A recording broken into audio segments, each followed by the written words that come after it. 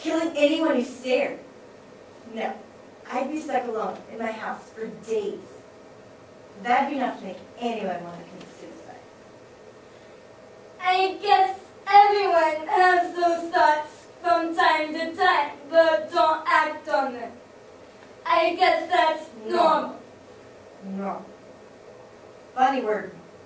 What is it? I have a lot of garbage in my life that I have to deal with, but I also have a wonderful, overprotective mother. I did graduate high school, and I finished 2 years at JUCO, where I learned my job. working with computers. Sometimes I am happy and I do okay. When other times, well, other times, Normal, right? As long as I keep going, keep surviving and trying, I am normal. I am normal. You can talk to me or choose not to. That's normal. You can walk by without making eye contact. In today's world, that's very normal. But if you stare, I'll run over and poke your eyes out with a stick. just kidding.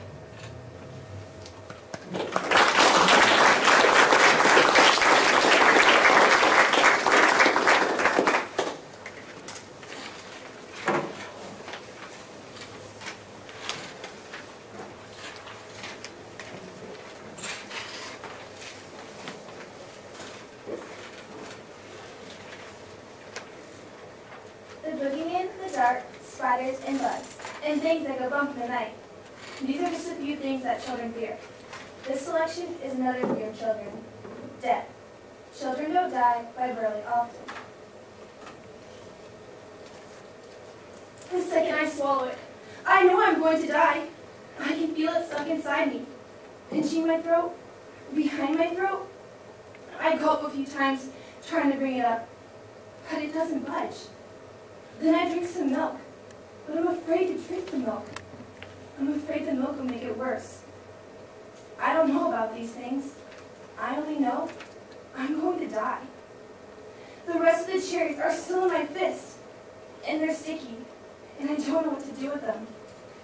Miss Bailey gets mad when we throw out good food. It's such a waste, she says, and then sends you to the office.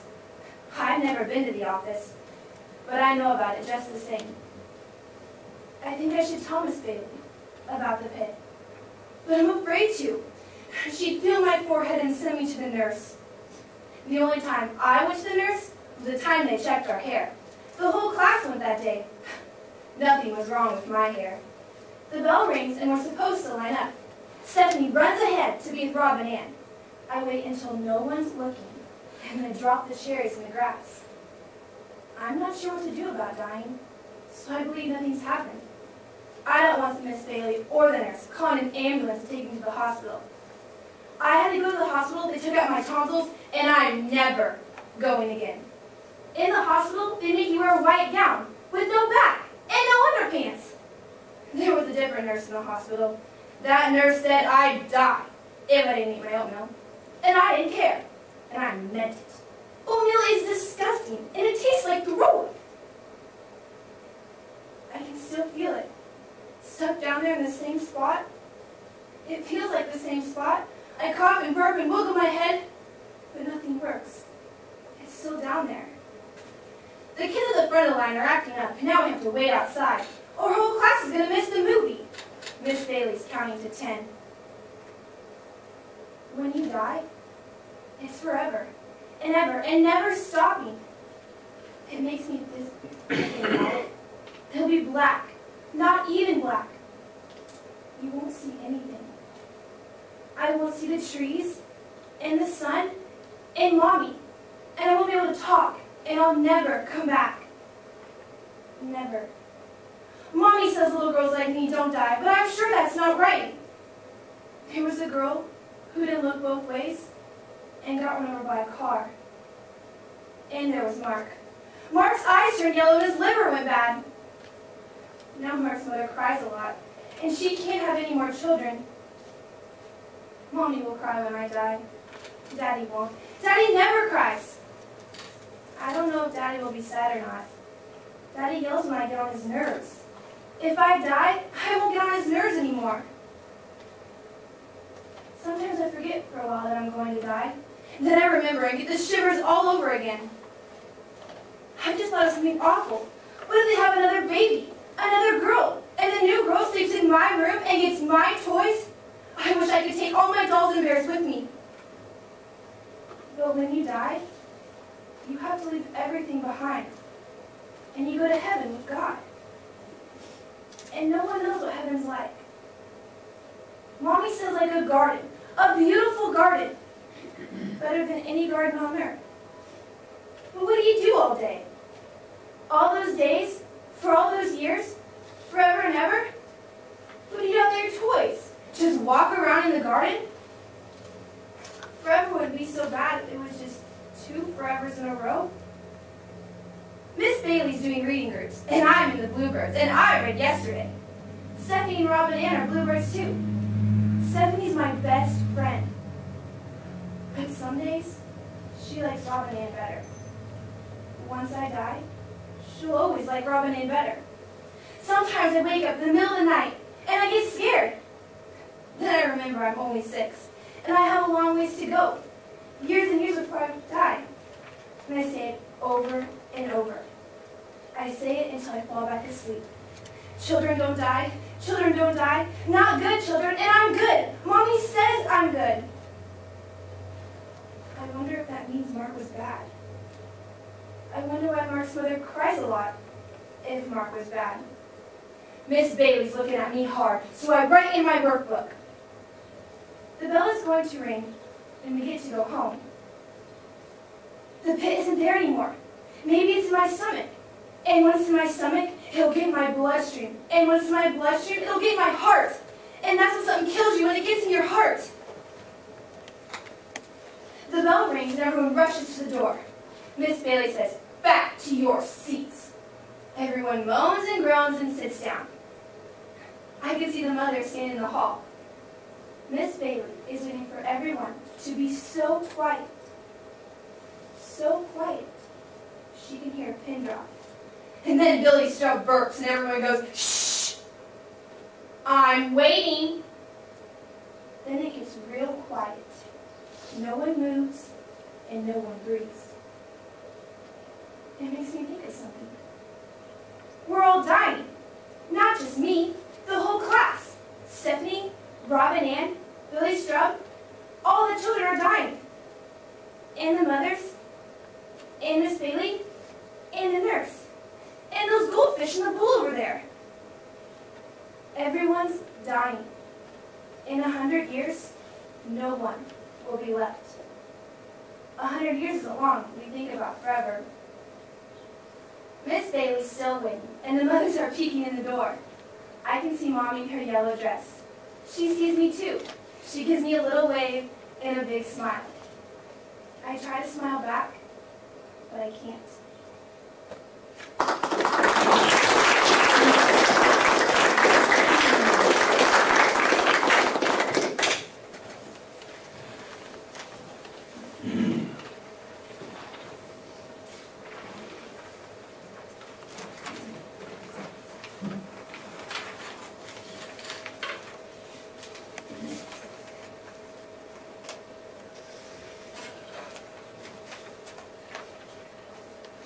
Hello and welcome to American Airlines Flight 666 one-way trip to Misery. If you're here for the most unpleasant time of your life, then you've come to the right place. If you're here for a quiet, enjoyable plane ride, then buckle up.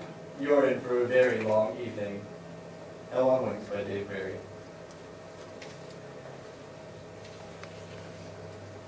I'm in an airplane. Strapped to my seat. With no way to escape. For an hour now, we've been taxiing around Miami International Airport while lightning tries to hit us. At first, I hoped that the plane might actually take off and fly us to our intended destination, but now I'm beginning to root for the lightning, because a direct strike might silence the 2 women sitting in front of me. There's only one empty seat in between them, and they're both speaking at a decibel level that would be appropriate if one of them were in Cleveland. Also, they both have Blitherer's disease. This occurs when there's no filter attached to the brain, so that every thought that the victim has, no matter how minor, comes blurting right out. This means that the rest of us passengers are treated to repartee such as this. I prefer the window seat. Oh, not me. I always prefer the aisle seat. That's just like my son. He lives in New Jersey and he always prefers the aisle seat. My daughter works for a dentist in New Jersey. He's an excellent dentist, but he can't pronounce his R's. He always says, I'm afraid you need a root canal. My brother-in-law just had a root canal. He was bleeding all over his new car with the Japanese ones, oh, what do you call them? Alexa. I prefer the Buick personally, but let me tell you, this insurance, who can afford it? I've got a brother that works for the insurance business with Progressive, and he prefers the window seat. Oh, not me. I always prefer an aisle seat. Now my daughter... And so it has gone on for 1 solid hour. A live broadcast with random neural firings, back and forth and back and forth. The harder I try to ignore it, the more my brain focuses on it. It could be worse. I could be the flight attendant. Every time she walks past the two women, they both shout, Miss! It's an uncontrollable reflex. Miss, can we please get some beverages over here? This is the 5th time they've asked that, and every time they ask it, the flight attendant answers with incredible patience, I'm sorry, but we don't serve any drinks until after the flight has taken off. This answer never satisfies the two women, who don't seem to be fully aware of the fact that the plane is still on the ground. They've decided that the flight attendant has a bad attitude, and as she moves away, they begin to discuss this in what they apparently believe is a whisper. She is very rude. Oh, I agree. They should fire her. There should be beverage services on this plane. Miss! It's a good thing for society in general that I am not a flight attendant, because I would definitely kill somebody no later than my 2nd day. Recently, I was on a bumpy, crowded flight to New Orleans, and I watched a young flight attendant, both arms occupied with large stacks of dinner trays, struggle to keep her balance as she walked down the aisle. An old man stuck out his coffee cup and said, Miss, could I get some coffee? Sometime today would be nice, miss. She smiled, but not with her eyes, and said, I'll be with you as soon as I can, sir. Oh, I'd be with him soon, all right. I would calmly and casually sneak up behind him and choke him with the movie headphone cord. Is that tight enough for you, sir? Will be the last words you ever hear. Then I'd become a legendary outlaw flight attendant. I'd hide in the overhead luggage compartment and wait for problems such as people flying with small children and making no effort to control them. People think it's cute and their children run around and shriek and pour salad dressing on other passengers. When that happened, bang! Out would pop the flight attendant of doom, his secret identity concealed by a mask made from a barf bag with holes in it. He would snatch up the child and say to the parents, I'm sorry, but FAA regulations require me to have this child raised by somebody more civilized, such as wolves. If they tried to resist, he would pull out the oxygen mask and tie them to their seats. Insane? Of course I'm insane! And you would be too if you had to sit behind these two banshees. Oh, miss, it is much too hot in here. Could you please turn on the AC? Miss, I'd like a Diet Coke and a bendy straw would be nice, please. And now the pilot is making an announcement. Well, folks, that's a bad sign. Whenever they start with, well, folks, it means they're about to announce something horrible, such as, well, folks, if we dump the fuel now, we might be able to glide in as far as the mainland. This time the pilot announces, and I swear I'm not making this up, lightning has struck the control tower. Well, folks, we could be sitting here for some time now. Miss! It's all right. I can handle it. I just have to remain calm, breathe slow, reach into my seat pocket, and slowly pull out the headphone cord.